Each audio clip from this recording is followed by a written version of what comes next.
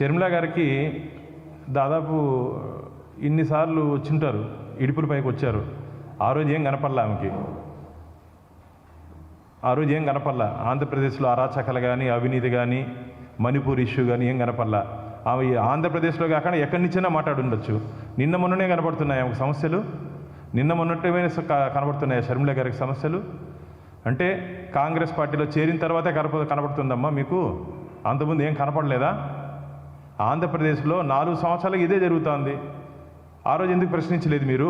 ఆ రోజు ప్రశ్నించుంటే మీరు ఈరోజు ప్రశ్నించే ప్రశ్నకి ప్రజలు మిమ్మల్ని నమ్ముండేవాళ్ళు. ఇది కేవలం ఆమె విమర్శించాలని చెప్పి విమర్శిస్తుంది తప్ప భారతీయ జనతా పార్టీని మణిపూర్లో అంట. అక్కడ 2 తెగల మధ్య గొడవలు జరుగుతున్నాయి, 2 తెగల మధ్య గొడవలు జరుగుతున్నాయి. నువ్వు తెలుసుకొని మాట్లాడు. తెలియకుండా, విషయం మీద పరిజ్ఞానం లేకుండా కేవలం భారతీయ జనతా పార్టీని విమర్శించాలి, భారతీయ జనతా పార్టీని విమర్శిస్తే ఓట్లు వస్తాయని చెప్పి ఒక భావంతో ఉన్న అసలు మీరే కాంగ్రెస్ పార్టీని ఒక్కసారి వీడియోలు కానీ చూపిస్తే ఆశ్చర్యపోతారు మిత్రులారా. కాంగ్రెస్ పార్టీని తిట్టిన తిట్టలేదు. ఈరోజు ఎత్తి బుధాన వేసుకున్నారు. నీ స్వార్థం కోసం, నీ స్వార్థ రాజకీయాల కోసం, నీ రాజకీయ భవిష్యత్తు కోసం నీవు ఊసరి వెళ్ళి రాజకీయాలు ఆడుతున్నావు తప్ప ప్రజలు నీ మాటలు నమ్మే పరిస్థితిలో లేరు. ఈ ఊసరి వెళ్ళి రాజకీయాలు, ఈ 2 నాలుగుల ధోరణిని ఆంధ్రప్రదేశ్ ప్రజలు నమ్మే పరిస్థితి లేదు. సరే, కాంగ్రెస్ అంటేనే భస్మాసుర హస్తం, కాంగ్రెస్ అంటేనే భస్మాసుర హస్తం, ఇంకో హస్తం యాడ్ అయింది దాంట్లో. మాకేమి దీనివల్ల నష్టం ఏమీ లేదు. కాంగ్రెస్ పార్టీకి ఇంకో భస్మాసుర హస్తం యాడ్ అయింది. వాళ్ళు ఎక్కడ చేయబడితే అక్కడ బూడిదే. మామూలుగా ఆశీర్వదిస్తే మంచి జరుగుతుంది,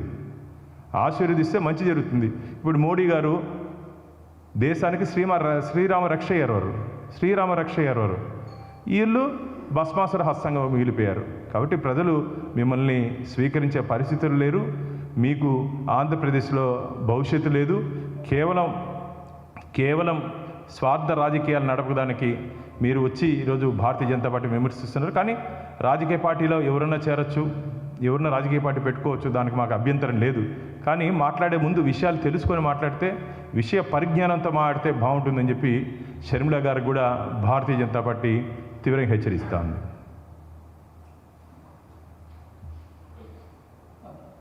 అలాగే పురంధేశ్వర్ గారు తిరిగి మళ్ళా కేంద్ర ఎన్నికల సంఘానికి ఈ జరిగినటువంటి ఈ 15 రోజుల్లో, ఎందుకంటే మేము కంప్లైంట్ ఇచ్చిన తర్వాత ఇప్పటి వరకు జరిగినటువంటి ఈ ఎలక్షన్ కమిషన్ స్పందన మీద పోలీస్ అధికారులు సరిగ్గా స్పందించలేదు. కాబట్టి ఆ విషయం మీద మళ్ళీ తిరిగి వారు కేంద్ర ఎన్నికల సంఘానికి ఉత్తరం కూడా రాయడం జరిగింది. ఆ ఉత్తరం మా మీడియా ఇన్ఛార్జు మురళన్న మీకు రిలీజ్ చేస్తారు.